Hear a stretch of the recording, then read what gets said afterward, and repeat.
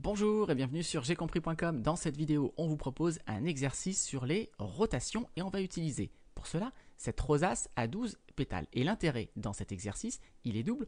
Premièrement, on va essayer de trouver des images de pétales, c'est-à-dire où vont se retrouver certains pétales après avoir effectué des rotations. Et dans un deuxième temps, ce sera à vous de décrire des rotations qui transforment un pétale en un autre. Comme d'habitude, dans un premier temps, je vous laisse faire pause, réfléchissez bien et on se retrouve tout de suite après pour la correction en détail. Allez, on passe maintenant à la correction de l'exercice. Donc, dans la question 1, on va s'intéresser à la rotation de centre O. Donc, le point O ici, il est au milieu de notre rosace et d'angle 120 degrés.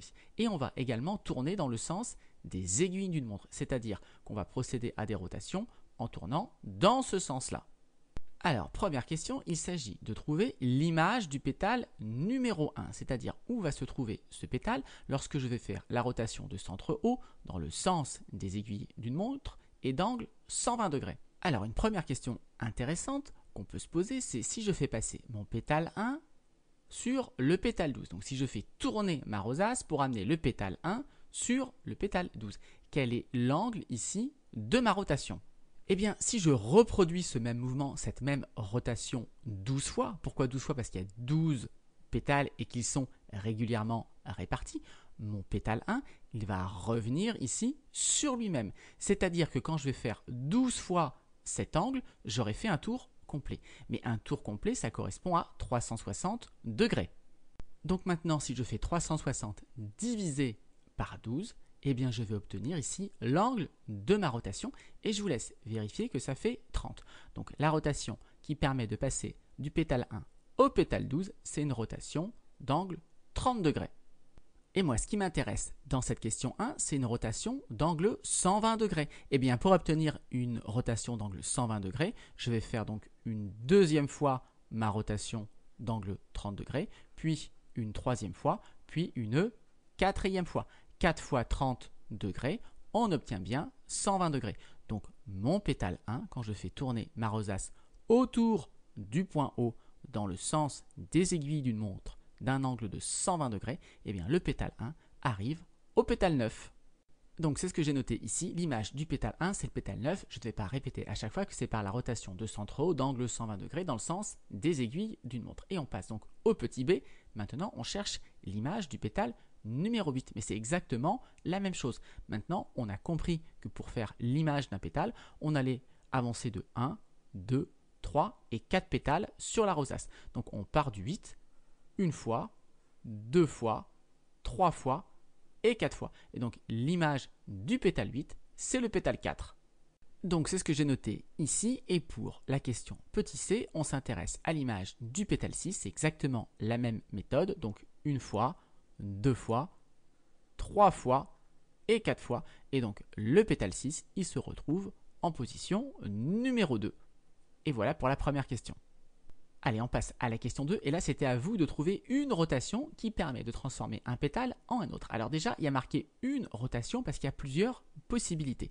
Regardons par exemple pour aller de 1 en 6. Et oui, la première possibilité pour une rotation, c'est le sens. On peut tourner dans le sens des aiguilles d'une montre, mais on peut également tourner dans le sens contraire. Donc vous voyez déjà qu'il y a plusieurs possibilités. Une petite remarque au passage, on peut également donner plusieurs possibilités sur les angles. On a vu que quand on fait 360 degrés, on a fait un tour complet. Donc par exemple, si je fais une rotation d'un angle de 360 plus 30 degrés, c'est-à-dire une rotation de 390 degrés. Et bien en fait, une rotation de 390 degrés, les 360 premiers degrés, vous avez juste fait un tour complet, vous n'avez rien fait, et donc il vous reste juste ensuite 30 degrés. Donc une rotation de 390 degrés, c'est pareil qu'une rotation de 30 degrés. Donc vous voyez qu'on peut même donner plusieurs valeurs possibles pour les angles. Alors nous, on va plutôt prendre des valeurs avec des angles inférieurs à 360 degrés, on va aller au plus simple. Et regardez ici, le plus simple pour aller du pétale 1 au pétale 6, c'est plutôt de tourner dans le sens contraire des aiguilles d'une montre. Alors évidemment, à chaque fois, on va prendre pour centre de la rotation le point O. Et maintenant, il reste juste à déterminer l'angle. Et bien, on va compter. Encore une fois, pour passer d'un pétale à un autre, c'est 30 degrés. Donc là, ça va nous faire 30, 60, 90, 120 et donc 150 degrés. Donc pour le petit a, je propose la rotation de centre O. Alors il faut bien donner tous les éléments de la rotation, son centre, l'angle 150 degrés et le sens également, donc dans le sens contraire des aiguilles d'une montre. Si vous avez pris l'autre sens, le sens des aiguilles d'une montre, le centre c'est toujours le même, c'est le point O. En revanche, pour l'angle, vous avez dû non pas mettre 150 degrés, mais plutôt 210 degrés. Regardez, 1, 2, 3, 4, 5, 6, 7, 7 fois 30, 210 degrés.